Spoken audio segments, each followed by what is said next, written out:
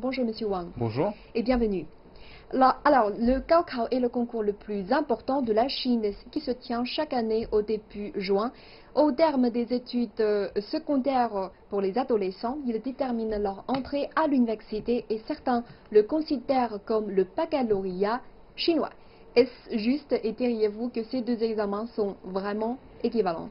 Il faut dire que oui et non, parce que oui, parce que ces deux examens déterminent le futur des élèves, des lycéens, de savoir s'ils peuvent rentrer dans l'université. Mais en France, le cas est légèrement différent, c'est-à-dire que en France, le baccalauréat, c'est l'examen de fin des études secondaires et avec un bac. Les jeunes Français peuvent solliciter une place à sein de l'université. Donc, c'est la condition requise et le succès de bac. Donc, c'est pour cela que beaucoup de jeunes Français s'inquiètent beaucoup avant l'examen du bac. Mais Mhm. pour le Gaokao, c'est un peu plus compliqué parce que nous avons notre propre version de bac, c'est-à-dire l'examen de fin d'études secondaires, mais qui a une importance beaucoup moindre par rapport au concours d'entrée d'université, c'est-à-dire le deuxième examen que beaucoup de lycéens souhaitent passer. À travers ce concours, ils peuvent choisir d'entrer dans certaines universités et les universités, elles aussi choisissent les étudiants les meilleurs pour entrer dans leur université. Donc du coup, un concours pèse bien sûr plus sur les élèves et les lycéens qu'un bac selon l'estimation de la partie chinoise du terme. Donc Gaokao est considéré aussi comme l'examen presque le plus difficile du monde. Donc voilà, donc il faut avoir certaines compréhensions de nos enfants en Chine. Alors, pour les élèves français, ils obtiennent un diplôme après le baccalauréat, n'est-ce pas? Oui, c'est ça, en fait. Comme j'ai dit tout à l'heure, le baccalauréat marque la fin des études secondaires. Donc, à l'issue de cet examen, donc on a une sorte de certificat d'études, donc avec lequel nous pouvons, donc en France, solliciter une place au sein de l'université. Alors qu'en Chine, nous avons aussi ce genre d'examen, mais avec le diplôme de fin d'études secondaires, nous ne pouvons pas aller directement dans Mhm. l'université, s'inscrire, comme on dit en France, mais plutôt on est obligé de passer encore un autre concours, c'est-à-dire que le Gaokao, le fameux Gaokao, mais en fait, en réalité, c'est très diversifié dans son sein, selon les disciplines, les géographiques, donc différentes. Voilà. Et tout à fait. Alors, pour des raisons historiques, le cacao a été suspendu pendant 10 ans à peu près, avant de recommencer en 1977. Et le taux de réussite était de 5% à cette époque-là, qui est passé à plus de Mhm. 82% en 2017, l'année dernière. Alors, quelles sont les principales raisons de cette remontée spectaculaire? Il ne faut pas oublier que la reprise de ce système de concours d'entrée d'université est une décision prise à la sortie d'une période mouvementée et donc sans avoir eu suffisamment de temps pour préparer. C'est-à-dire qu'en 77, les gens avaient été informés de la possibilité de passer le Gaokao avec seulement un mois pour préparer. Donc Mhm. c'est presque rien par rapport à un examen de telle importance. Donc la Chine avait également perdu cette habitude de formation de jeunes au sein de l'école depuis plus de 10 ans. Donc beaucoup de jeunes n'ont pas eu suffisamment d'éducation ni matière de révision, etc. Donc à l'époque, c'était une époque où l'examen est devenu plus symbolique que de fonctionnel. Mhm. C'est-à-dire que c'est un message, c'est une annonce faite à toute la Chine que nous allons rétablir notre système d'éducation secondaire et puis supérieure pour remettre le pays dans le rail du développement. Donc du coup, à l'époque, beaucoup de gens qui ont réussi, les 5%, donc chanceux, qui ont réussi cet Oui. examen, étaient bien sûr ceux qui ont été préparés ou n'ont pas oublié leur matière pendant plus de 10 ans, mais aussi ceux qui ont été les premiers à bénéficier de cet rétablissement de système d'éducation, donc qui ont contribué largement à la construction de la Chine dans les années à venir. Mais par rapport à ce taux qui est très peu élevé, Mhm.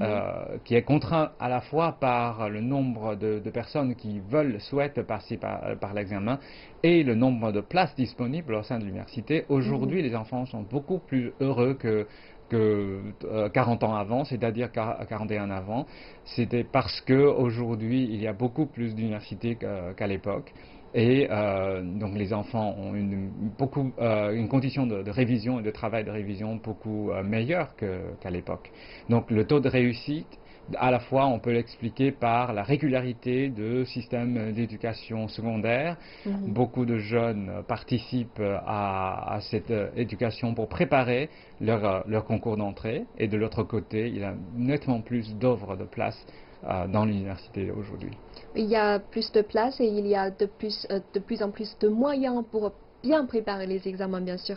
Et depuis son recommencement il y a 41 ans, le Gaokao a lui-même connu d'impressionnantes réformes. Alors pourriez-vous analyser les points forts de son histoire de réforme?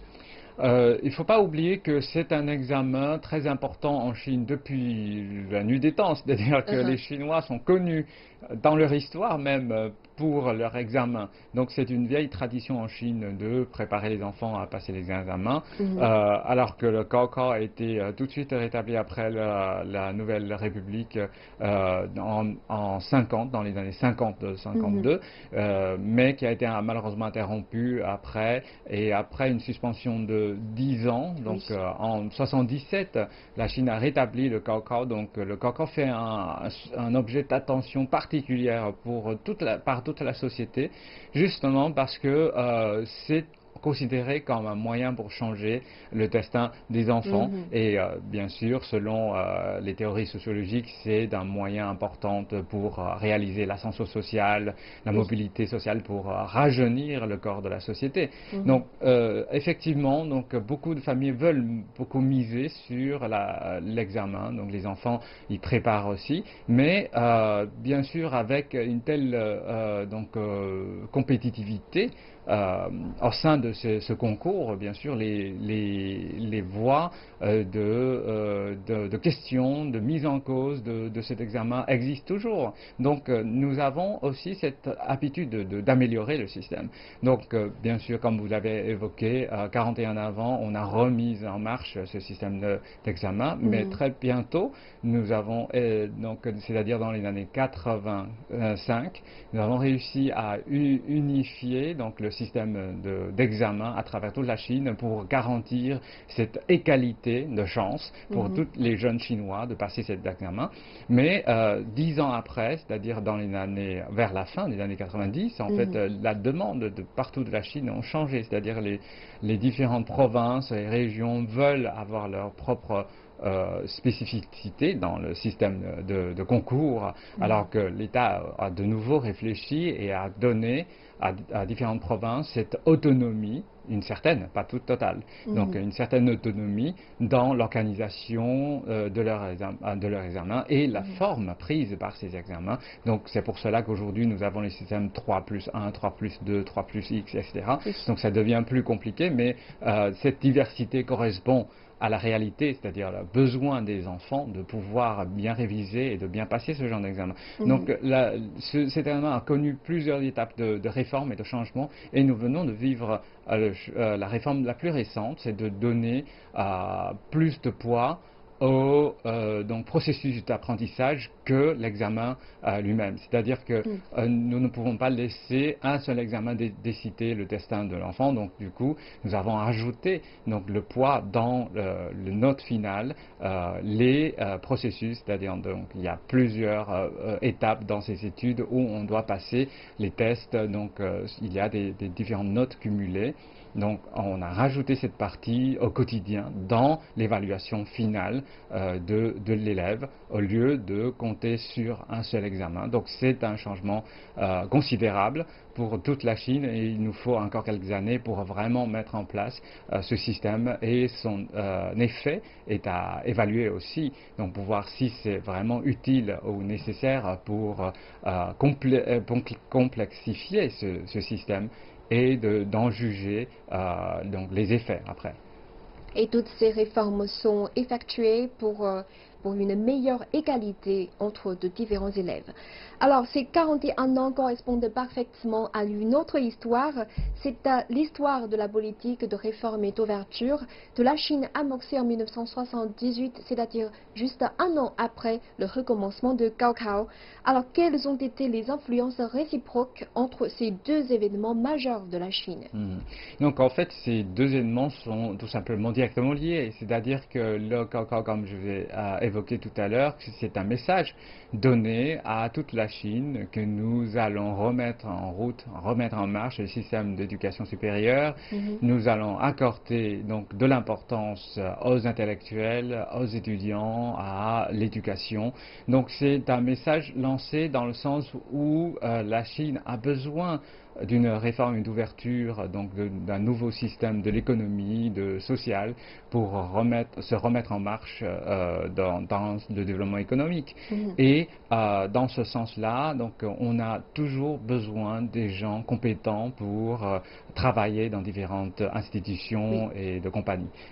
Donc du coup, ces deux événements-là, donc bien sûr un dans la sphère éducative, l'autre dans la sphère politique et économique, sont en fait donc les différentes facettes d'une même réalité en Chine.